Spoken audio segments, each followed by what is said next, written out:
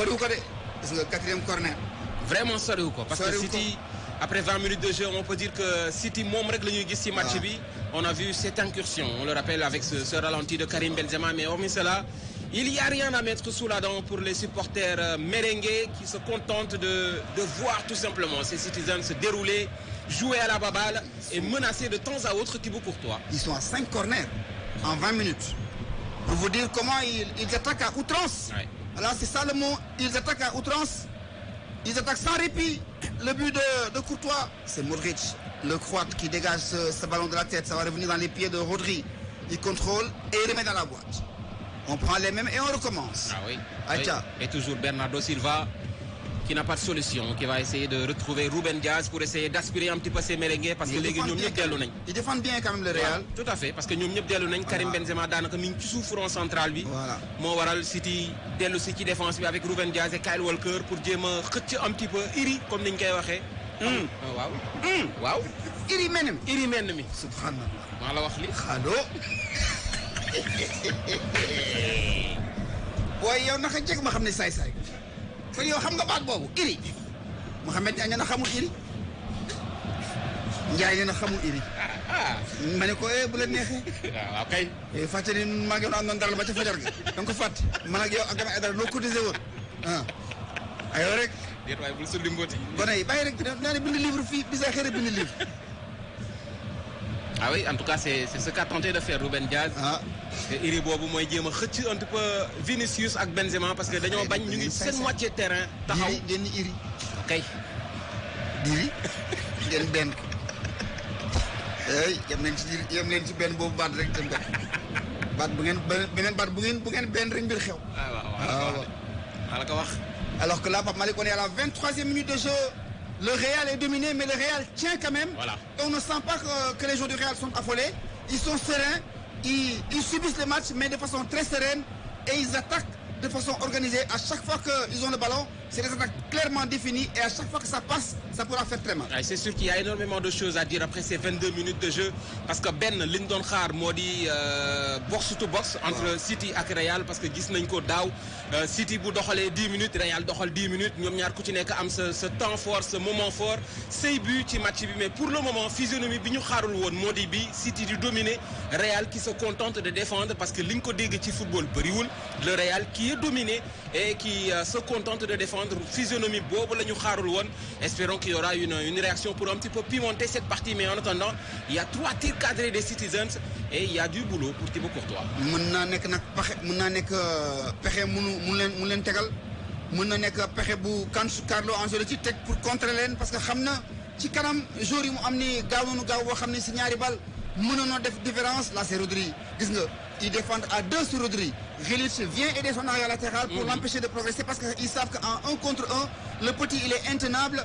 Et là c'est qui Kroos qui va centrer, non c'est un ballon vendangé et rendu à Ederson. gis nga lii li ñu koy gis bëriwul renversement Toni Kroos manqué li ñu koy gis bëriwul mook Xavi Alonso ñoo yem seen renversement c'est millimétré. Ils sont très bons. Ah oui alors que bi la yoon ça prouve un petit peu tactique de jeu bi Pep Guardiola indi qui pose énormément de problèmes à Carlo Ancelotti bu doon jeu de dames la pour le moment. L'échec est penche un petit peu plus du côté de Pep Guardiola.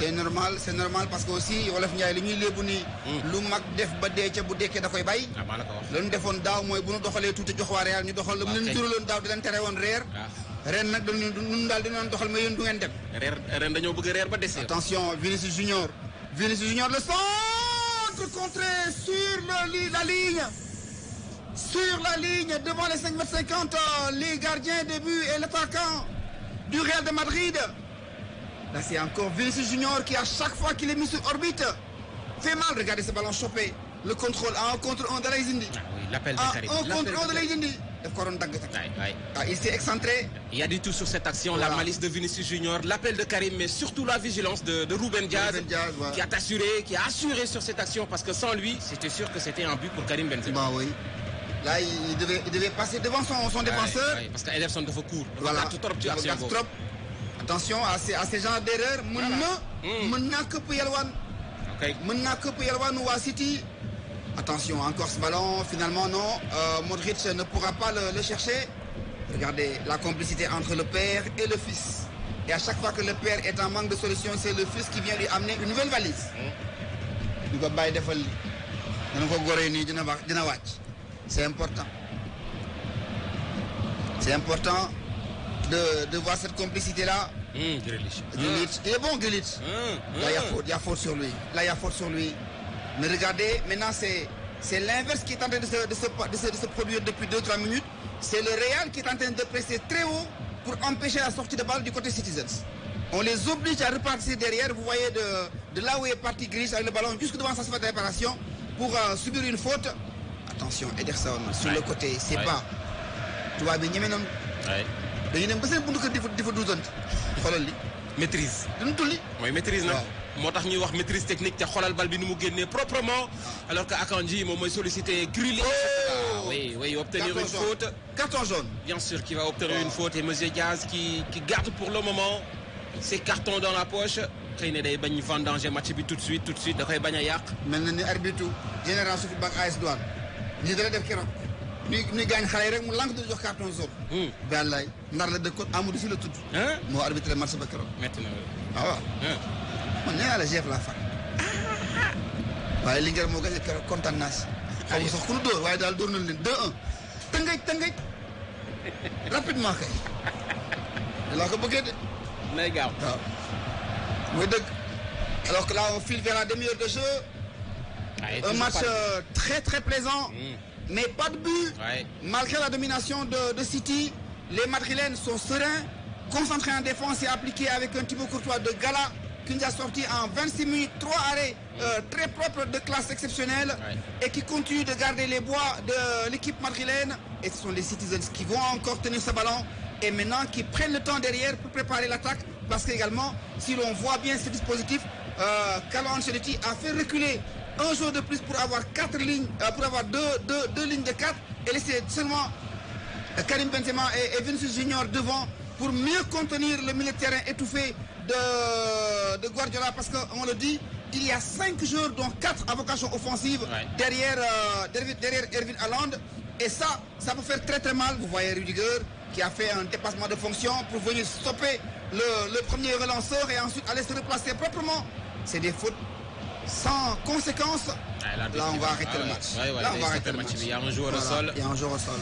Et Carlo Ancelotti n'est pas du tout d'accord avec cette décision de l'arbitre. Mais tout de même, il a le droit d'arrêter la partie puisque Ilkay Gundogan mi ngi noonu au sol. Le capitaine bi. Voilà. Tout à fait. Alors qu'on voit le ralenti après ce choc mook Rudiger. Ça y voyager faut que mu bàyyi fa mandarga. Rudiger c'est un déménageur en fait. waxtu wu tukkee moom. C'est un déménageur, c'est un Allemand déjà. Et ça veut tout dire. Ça veut tout dire. Allemand bu ñuul teg ci. ñool te bëri doole. Ça veut tout dire. C'est la totale. parce que bu mu daanteeg Gundogan nga xam ne moom Matar Samb ñoo tolloo. waa ji daa jaaxal mu ngi jóg day yomb trop. li mu boolee bëri. waaw bu Rudiger ak Sikkim si. li mu boolee bëri na. Il fait peur. C'est un défenseur rugueux. Là, les gens, gars, ils si. Oui. Il fait un petit peu chaud et ça se voit. Voilà. Et là, les gens sont partis se désaltérer. On revoit le contrôle en extension de Gundogan et il lui est rentré dedans. Ah oui, il lui est rentré dedans carrément. Complètement. Ah oui, il a même pas joué le ballon. Ça mérite un carton. Ça mérite un carton jaune. Et les gens en profitent pour aller se désaltérer parce qu'ils ont beaucoup couru. Mais les supporters du Real, ils sont conscients, ils sont confiants. Ils continuent à faire tourner les foulards parce qu'ils savent qu'eux aussi, ils ont une équipe capable de sortir de cette situation difficile parce que le Real sort fraîchement d'une finale de Coupe du Roi dont ils ont été victorieux. Donc, il y a la confiance et la sérénité. Oui, c'est sûr. Parce que pour le moment, ils sont en difficulté. C'est le public qui doit un petit peu booster cette équipe des merengues. Ils ont du mal face aux Citizens qui tambalik match. Il faut préciser cela parce que nous avons 3 tirs cadrés de la part des Citizens, mais qui tambalik match parce que derrière on a vu une petite réaction des merengues sur cette passe de Vinicius Junior. D'abord en direction de Karim Benzema, mais ensuite on sent un petit peu ces Brésiliens, à savoir Vinicius et Rodrigo, qui veulent créer quelque chose sur les couloirs. Et attention, parce que ça a payé contre Chelsea, ça a payé contre Liverpool, alors qu'ils étaient un petit peu dominés, même vous faites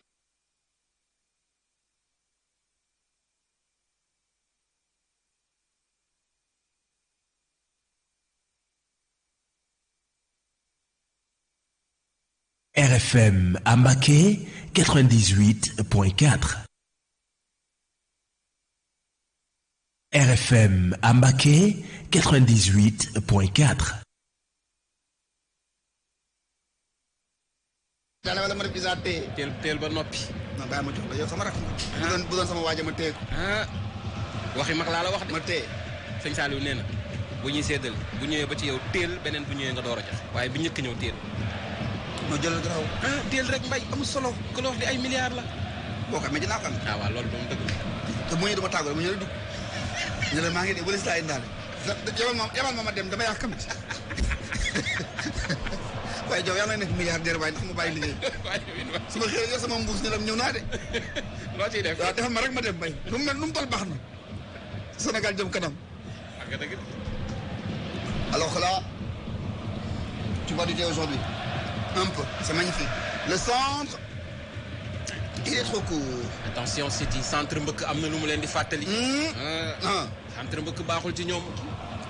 surtout venant de la droite vers la gauche on se rappelle de cette tête de Rodrigo ce centre de Carvajal qu'a repris Rodrigo et derrière avec ce penalty ci prolongation et c'était l'élimination des Citizens donc attention à ces échappées de Rodrigo sur le couloir parce que tout de suite gis nañ centre bi mu doon wutali Karim Benzema alors que là c'est attention un vieillard qui accélère c'est Rodri c'est plutôt Modric bien repris par Rodri. Alors que les Citizens vont essayer de ressortir ce ballon proprement. Kevin De Bruyne, le 1-2-3 qui fonctionne. Ba ca Erling Haaland day dellu si ci rond central bi on écarte pour Grealish. On accélère le jeu au moment où les merengues essayent de se repositionner dellu si indiwaat bloc boobu ne. Ah oui. Sur 7. Ah oui. Rapidement la ñu dellu si waat. Parce que xam nañ ni Kevin De Bruyne ci passe lumière il peut tout faire. Et là les Citizens c'est-à-dire nañu téebal bi. parce que xam na ni léegi mënatuñu avancer ndax xale yi réalé lii waykat bi di waaye fàtt noonu fépp dara toxul dara siitul fàtt noonu fépp gis nga Rudiger le déménageur qui renvoie ce ballon jusqu'à Modric et c'est Camavinga qui a de l'espace. Eduardo Camavinga avec Benzema les deux Français sur le même couloir. Camavinga pour Benzegol qui redonne à Camavinga le centre qui va se venir non et ce sera finalement le premier corner pour le Real. Kyle Walker, vous êtes fautif sur le coup. Et là, il a fait du coast to coast. Le joueur français. Et c'est lui qui a sorti le ballon quand même. C'était juste, mais c'est lui qui a sorti ce ballon. Peut-être au dernier moment. Voilà. Même geste bi dox diggante Gundogan ak Rudiger mu daanu. dox na diggante le numéro 3 de l'équipe de City. Ruben Diaz ak Rudiger. Rudiger ni ñàpp taxaw. comme oto bu daw ba dal ci guy. te boobu de xeexu doole la. waaw Ruben Diaz Rudiger. doon na ba dal ci kawam xoolal réel mu ne ñàpp taxaw. ni ko réel. daa pare bàyyil ni ko réel. ni ko réel de vraiment. ni ko réel vraiment.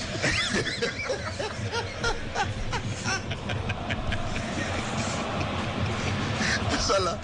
mais noonu Malick ba ngi dañ commencé yàqu léegi de waaye baax na ni ko réel vraiment. Abdoulaye Diop ndeysaan ay doyen rek. C'est de beaux souvenirs qui nous rappellent de très bons moments passés à l'antenne sur RFM. C'est vrai que les plus beaux moments sur cette antenne sont du Desk Sport. Ouais. Et là, c'est qui? Valverde, Di Peta, comme dit Cheikh Tidiane Diagne, qui va amener ce ballon. Le centre, Benzema le contrôle. Il va s'enchaîner. La frappe, non. Il y a faute. Ah, voilà, il y a faute de main de Benzema. Ouh, mais on le sent quand même. Ouais, il est très poli dans la surface, Karim Benzema, sur cette action. Non seulement contrôle bi daf ko manqué, quelqu'un wala boog d'autres auraient choisi de jouer de la tête directement, mais contrôle bi baaxul et derrière il a voulu remiser sur Vinicius Junior alors que mënoon na enchaîner avec une frappe malheureusement. Mais quel centre de Valverde de la droite vers la gauche pour retrouver Karim Benzema, c'était millimétré. Et on voit encore une fois li ñuy wax tout à l'heure City moom mooy dominé mais Real ci ay accélération ci ay passes 2-3 passes daanaka ñu ngi ci surface bi. Pape Malick Real nag bu mag la du yàq mboob. déedéet. xam nga luy loolu.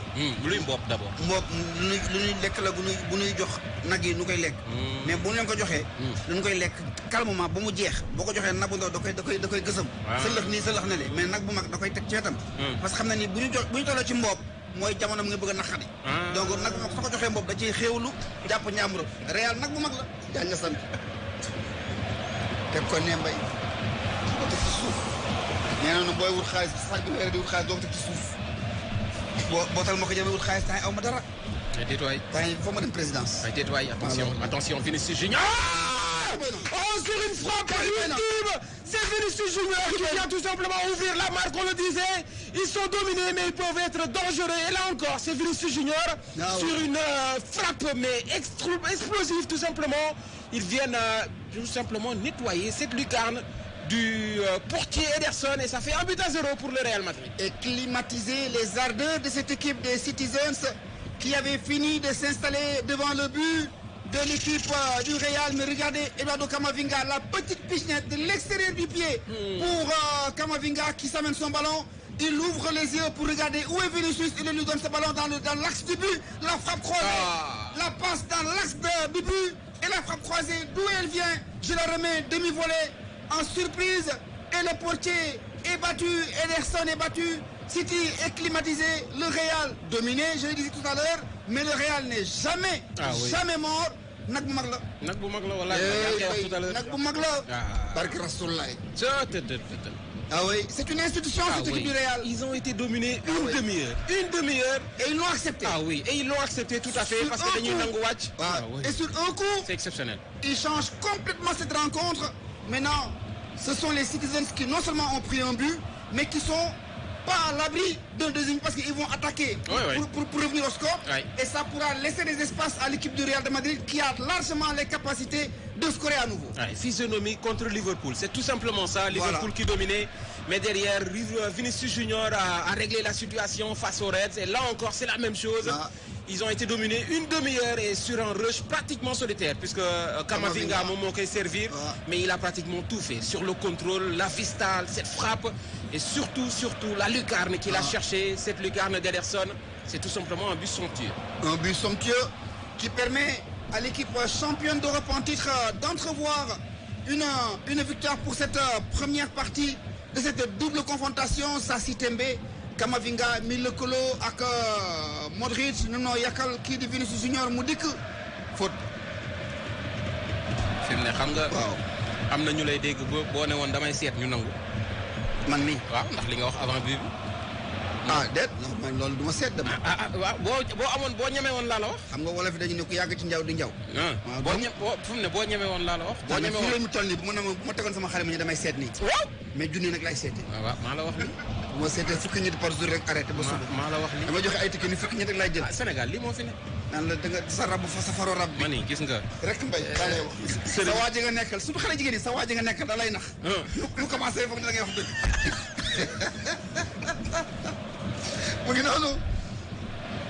On est à la 38e minute de jeu sur RFM, la 94.0, avec cette demi-finale étoilée entre City et l'équipe du Real de Madrid. Le Real a subi la domination, la furie, les vagues à répétition de City. Ils n'ont pas rompu, ils n'ont pas lâché. Et sur un coup, avec Camavinga et Modric, Vinicius Junior est venu conclure ce travail de superbe façon, permettant du coup à l'équipe de City de recevoir un coup de massue sur la tête. Et on voit que l'équipe, pour l'instant, semble être groggy. Il leur faudra du temps pour se ressaisir avant de se projeter à l'attaque. Il y a un coup de massue. Coup de massue là, parce que nous avons dominé, on s'attendait un petit peu plus à cette ouverture du score venant des Citizens. Mais par contre, côté Real le ñëwee, donc coup de massue là, et là encore il va falloir tout recommencer. Gagner au niveau de la confiance, confisquer une nouvelle fois ce ballon. Mais c'est peut-être peine perdue parce que Real bi ma gis loko dékku mu nangu. Et waxtu wu génnee dangereux. Loko tek da koy dékku. Loko tek da koy dékku là c'est Modric, regardez, il est bas. Mais ses passes, ses contrôles, ses orientations de jeu font mal. Et là c'est encore Vinicius Junior. L'extérieur du pied, attention. Il excelle dans ça maintenant. Mais entente mon Rodrigo, dafa appel bon nopi taxawat, appel contre appel la def. Il a voulu ce ballon ci tanki plutôt que ci espace bilé. Mo waral les Citizens ñom ñoy récupérer à quelques 5 minutes de la pause. Et on se demande ce discours-là que va proposer Pep Guardiola dans les vestiaires. Il a pris un coup. Ah oui, tout de même. Et là c'est Bernardo Silva, le Portugais de cette équipe anglaise. Diaz, il va avancer balle au pied pour chercher la solution. Mais regardez les Madrilènes, ils sont 9 ou 8 devant leur but, patiemment attendant l'arrivée des Rouges pour contrer et encore faire mal, poignarder sur l'autre côté, puisque le côté droit a été trouvé. ce serait bien de leur mettre encore le couteau sur le côté gauche pour carrément les mettre à genoux. La solidarité des merengues. Ah oui, exceptionnel. C'est également surtout dû à une bonne conditionnalité physique collective. Ils sont prêts, ils peuvent subir et contrer. Ils sont prêts. Pentus là. Ah oui. Pentus, il fait du bon taf. Ouais. Day natt xolu gars yi. natt seen i xëtër. Parce que physiquement City waxtu tegee on va dire domination bi équipe dina jël au moins benn but. dina jël benn but au moins ça bu ñu contrer rek mbir xew. alors que là cet homme-là est en train de réaliser un rêve. Cet homme-là qui était critiqué quand on l'a amené ici au Real de Madrid parce que les gens s'attendaient à ce que Mbappé vienne. On disait que on leur a vendu une mauvaise marchandise par rapport à ce qu'ils avaient commandé, par rapport à ce qu'ils ont reçu. Mais au jour d'aujourd'hui, il a fini d'avoir raison sur tous ceux qui le critiquaient à son arrivée. Il est devenu titulaire indiscutable dans l'un des clubs les plus grands au monde, la Casablanca de Madrid. Ou dans l'entrejeu ou sur le couloir gauche. Voilà. Faaw mu doon ci titulaire benn et bi la yoon ci couloir gauche bi la on l'absence de Ferland Mendy. Alors que Bernardo Silva moom mooy xeex pour récupérer ce ballon il la garde avec ce bon décalage complètement à droite pour Ilkay Gundogan mésentente pour Grealish il y avait personne c'est pas encore perdu Kevin De Bruyne qui reprend ce ballon le centre contré ce sera un corner pour les Citizens pour la réaction en fin de partie et c'est peut-être le bon moment pour Rigi. Ils vont pousser pour essayer de revenir au score avant la mi-temps puisqu'on est qu'à 3 minutes seulement de la fin des 45 premières minutes de façon officielle. Le Real mène par 1-0, c'est Vini Junior qui est l'auteur de ce but. Haaland, pour l'instant, il est muselé, le meilleur goleador, le meilleur buteur. Pour l'instant, on n'a pas de poudre pour faire parler le truc. Il y a faute. Il y a faute sur Kroos, me semble-t-il. Oui, Toni Kroos. C'est faute de Rodri, voilà. Il est costaud lui aussi. Là, on voit la frappe. L'intelligence de Vinicius Junior de frapper côté opposé. C'est pas le but. Voilà, on voit la rage du Brésilien qui est appelé à porter l'équipe nationale du Brésil lors des prochaines compétitions. La Copa. Parce que forcément, il y aura des changements. Avec la blessure de Neymar, je ne pense pas qu'il puisse revenir à temps pour être au top niveau pour la Copa América. Parce qu'on le rappelle, la Copa, c'est Argentine qui avait gagné la Copa América. Avec Messi, c'était son premier grand trophée majeur. Il a enchaîné avec la Coupe du Monde. Et on disait que s'il n'arrivait pas à finir la saison avec le Paris Saint-Germain, Erling Haaland pourrait remporter le Ballon d'Or cette année. Parce qu'il a battu tous les records en Ligue des Champions, mais également en Première Ligue anglaise. Donc ce serait magnifique pour le jeune Haaland. Mais on va voir. Ouais, on peut dire que Vinicius aussi il est en course. Mais il est en course. Bon, fait qu'il ne doit gagner le championnat, mais s'il gagne la Ligue des Champions, Kevin, plutôt Haaland n'est que meilleur buteur championnat, gagne aussi le championnat. S'il gagne la Ligue des Champions, ça pourrait tomber la balance d'un côté. Voilà. Oh, le contrôle en extension. Et le pigeon de Modric. Rien que bon, il y a des qui souffrent. Ku koy mën a ku koy jéem bokkul 404 mbaar ak 4-4 du benn. Seen i ngontu bokkul. ku ko wayati. wàcceel ci suuf. wàcceel ci suuf ki moo ko way. Keba moo ko way. ok wàcceel ci suuf. ok dinañ dee dem grand théâtre dégg naa. gars yi daal jël nañu grand théâtre. ñu doon waroon a woote grand théâtre xanaa ñun tam maag yow. xaw ma sax lu ñuy def bu ñëwee waaye noo woote rek gars yi ñëw encaissé xaalis bi dem. ñu toog waxtaanee football bi rek. waaw mu ngi noonu. 43e minute de jeu sur RFM. 1-0 pour le Real. Si vous venez de nous prendre en cours, c'est Vini Junior qui a marqué. Il y a de cela une dizaine de minutes. Ça va. Oh Carvajal. Wow. Ah oui, il n'est pas content, Grealish. Il a pris un coup, ça mérite un carton jaune. Oui, parce que charge-le dans le dos. Alors qu'on a l'expérience. Et là, il n'aurait pas dû riposter. Voilà, Grealish. Il n'aurait pas dû riposter, Grealish. Faut expérience.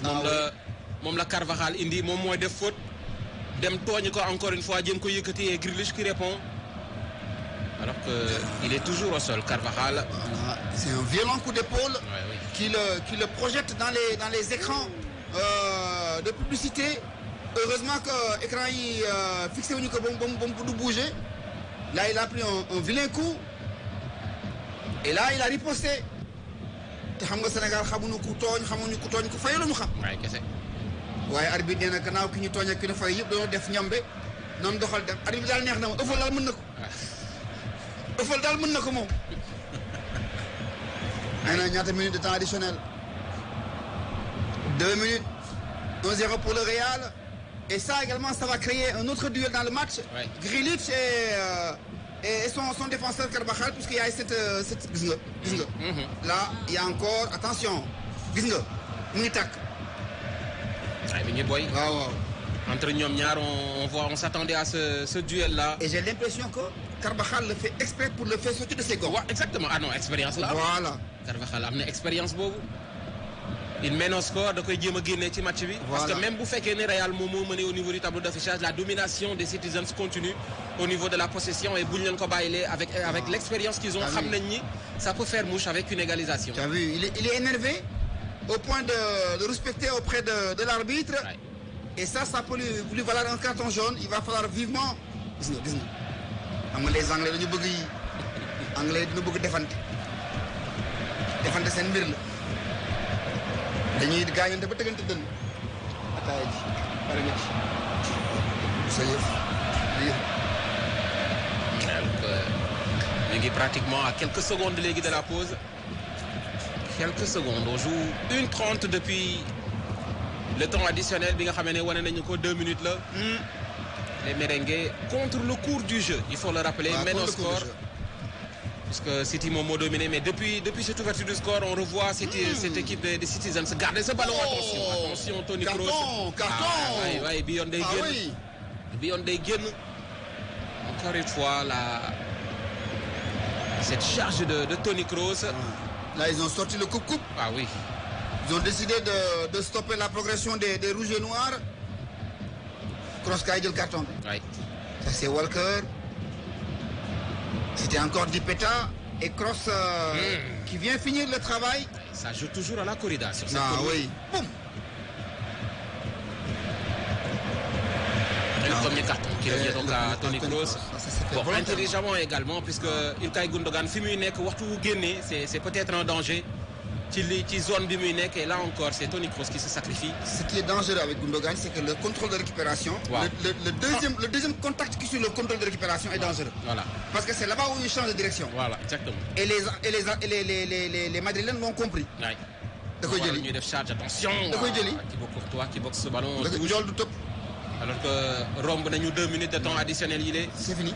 Ouais, c'est terminé avec l'arbitre Arthur Manuel Ribeiro qui met un terme à cette première période. 45 minutes de jeu. City qui mène, ou bien Real Madrid plutôt, qui mène contre le